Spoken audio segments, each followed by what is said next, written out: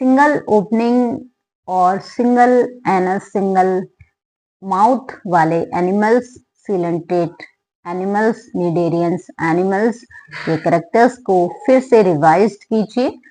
ये जो सिलेंट्रेट है, सिलेंट्रेट, तो यहाँ पर सीलोम एब्सेंट है क्योंकि यहाँ पर मेसोडर्म एब्सेंट है। यहाँ पर एंट्रॉन एब्सेंट है क्योंकि यहाँ पर कैविटी ऑफ इंटेस्टाइन एब्सेंट है। अब इनको निडेरियंस इसलिए कहा जाता है क्योंकि यहाँ पर कुछ डसने वाले सेल्स, स्टिंगिंग सेल्स जिन्हें कहा जाता है, प्रेजेंट होते हैं और इन्हें कहा जाता है नीडोसिस्ट या फिर नीडोब्लास्ट। ठीक, अब इन एनिमल्स में एसेक्सुअल, सेक्सुअल फॉर्म भी प्रेजेंट होती है। साथ ही यहाँ पर इन दोनों क्या कन्वर्जन भी होता है जिसको मेटाजेनेसिस भी कहा जाता है।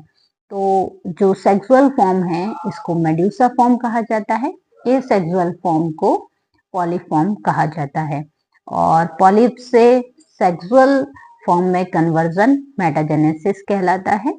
तीनों के एग्जाम्पल रखिए। मेड्यूसा जो कि एक चुड़ैल जिसके बालों को देखकर आपको याद आ जाएगा, आप मूवी देखिएगा मेड्यूसा, ठीक, आपको मिल जाएगी हॉलीवुड मूवी में।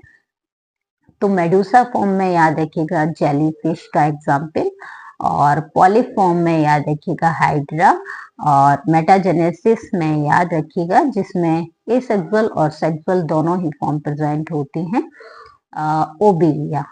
ठीक, अब ये जो एनिमल हैं इनमें सिंगल ओपनिंग होती है और इनमें जो कैविटी होती है इसको कहा जाता है हाइपोस्टॉम।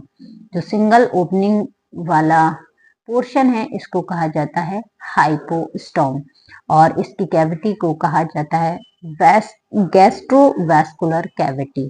क्या कहा जाता है? गैस्ट्रोवैस्कुलर कैविटी निडेरियंस में। तो नीडोब्लास्ट। आगे नेक्स्ट के लिए वीडियो को लाइक करते रहिए।